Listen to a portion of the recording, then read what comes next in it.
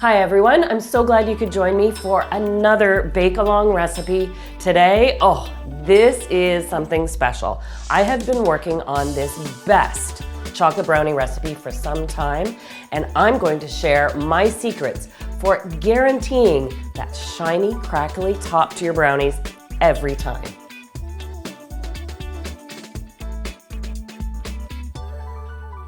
Let's get right to it, and I'm going to reveal the first of 3 secrets behind getting that shiny, crackled top to your brownies. Now, most recipes call for melting your butter when it comes to starting your brownie recipe. So I am going to melt my butter, and I don't want you to do this in the microwave, so stovetop over medium to medium-low heat. But here is secret number 1. I want to warm up my sugar. Almost liquefy it. So I'm adding some of my sugar to the butter to heat at the same time. I don't need to bring it up to a boil. I'm not making fudge. I'm actually making fudgy brownies. So I'll just pop this on the heat.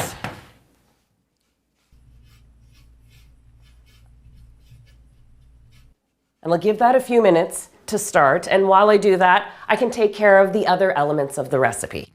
So the next thing I'll do is combine my dry ingredients. And I know the golden rule when it comes to baking with cocoa powder is to sift it. But I've discovered when it comes to chocolate brownies, because A, it's an instant gratification thing. When we want brownies, we want to get them in the oven and make it as easy as possible. I have found that if you combine your flour with your cocoa powder, oh, let me get all that cocoa powder in there. There we go. Must be humid. And my little bit of salt, and just give it a whisk. The whisk breaks up any lumps in the cocoa powder. I'm using Dutch process, which has a milder taste because some of the acidity has been removed. This recipe works perfectly well with natural cocoa powder, whatever you have on hand. But this is what sets this recipe apart. When I started making brownies, like years ago, before I became a professional chef and pastry chef, I used the recipe on the side of the cocoa tin. And it was a cocoa powder brownie recipe. And then I steered into using couverture chocolate, and the more I could put in, I thought it made a better brownie. I've learned that going back to a cocoa powder brownie comes out just as fudgy, so long as you add another secret ingredient at the end. So the first secret to those crackle brownies is warming up the sugar. My butter is almost melted here. And the sugar won't fully dissolve, but you will get a sense that it's liquefied. What counts is that it's warm. Once your butter has melted, you'll see that the sugar has somewhat liquefied. It won't fully dissolve because of the quantity of fat. What counts is that the sugar is warm. So now I can pull this off the heat. I'll just set that aside for a second. And now the final step. So there are 3 steps. We've got the butter and sugar melted, the dry ingredients mixed, and now I'll combine my eggs and the remaining sugar, except secret number 2, again, promoting a dissolving of the sugar. I'm using not granulated sugar, but icing sugar. So a combination, equal amounts by volume, granulated sugar and icing sugar.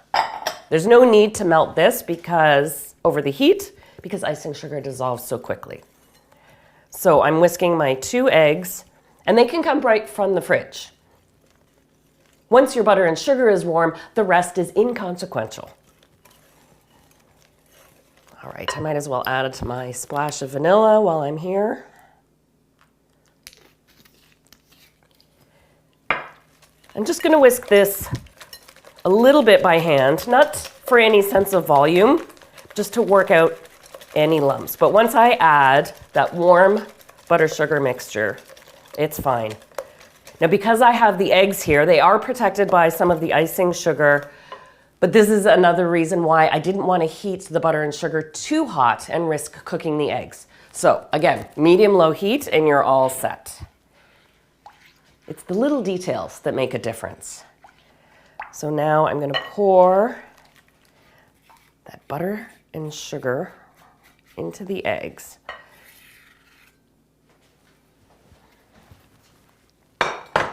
And whisk it together, and you'll see it smooth out.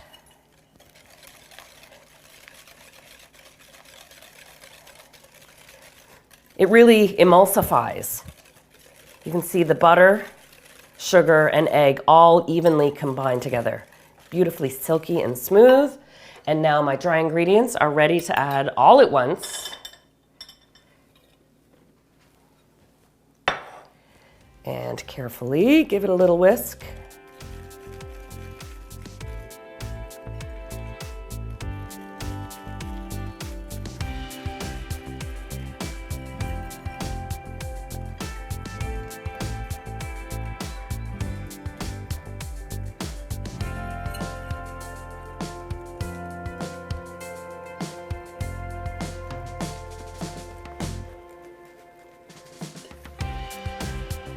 Go.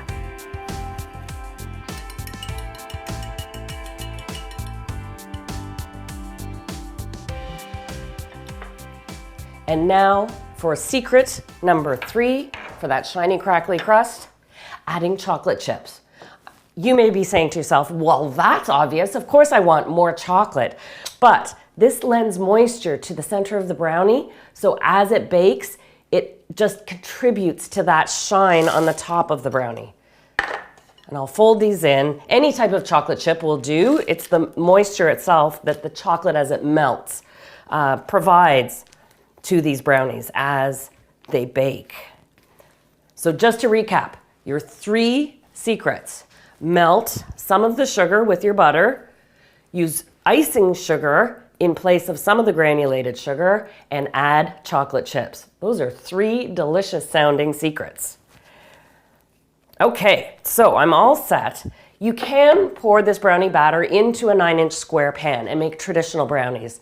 But I thought I'm already getting a little creative, so I'm going to bake my brownies in muffin tins. This makes 18 nicely sized brownies. Not ridiculously huge, but not too dainty either.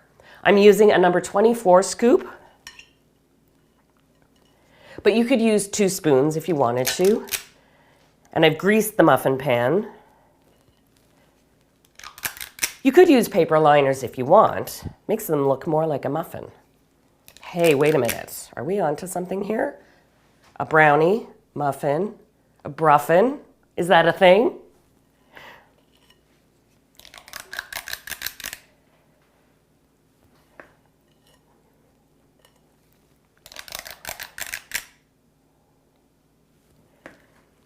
You know I respect you as bakers if you want to add in more than just the chocolate chips. A few toasted pecans or walnut pieces, a bit of coconut, you can do that. Just don't take away the chocolate chips.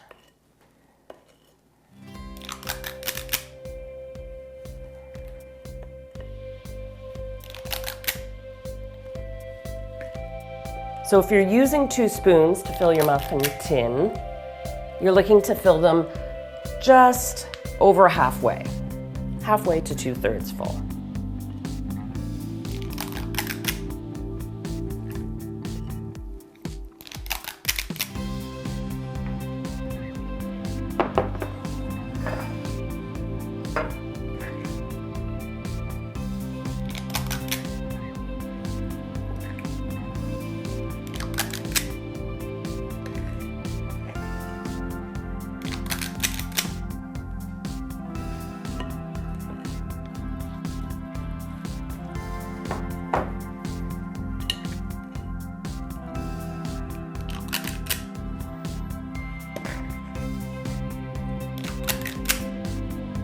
Get one more? Yes, I can.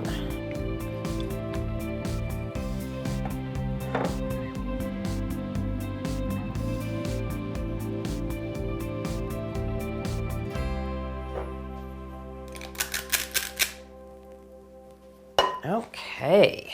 I've preheated my oven to 350, and The muffin style brownies take 20 minutes to bake. If you're making a 9-inch pan, add 5 minutes, so 25 minutes in total.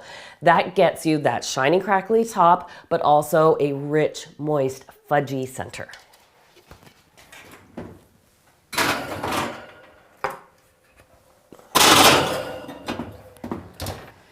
Now, for all my talk about the shiny crackly top, do I deliver? Well, let's take a look. These brownies came out of the oven an hour ago. I let them sit for about half an hour. And what I like to do to make them easier to turn, because they're very fragile when they're hot, but after about 20 minutes, I like to give them a little twist inside the pan. It just loosens them, but they're still warm at this point. Then I let them cool completely in the pan, but after that little twist, they pop out easily. So you get that nice sort of subtle crust. It's not too thick. But there is that shiny crackle to the top of the brownies. You get a nice little lift too, I find, when you do the muffin tin version. I did do a regular pan just so I could show you. No such thing as too many brownies.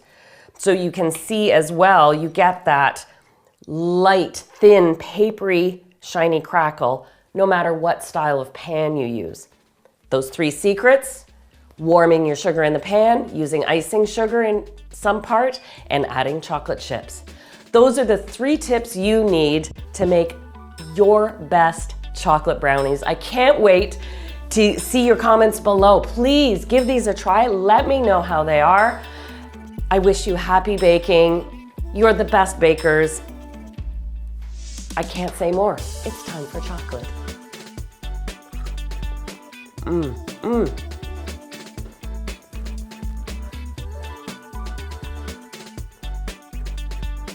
I don't know which style I like better, the square or the muffin.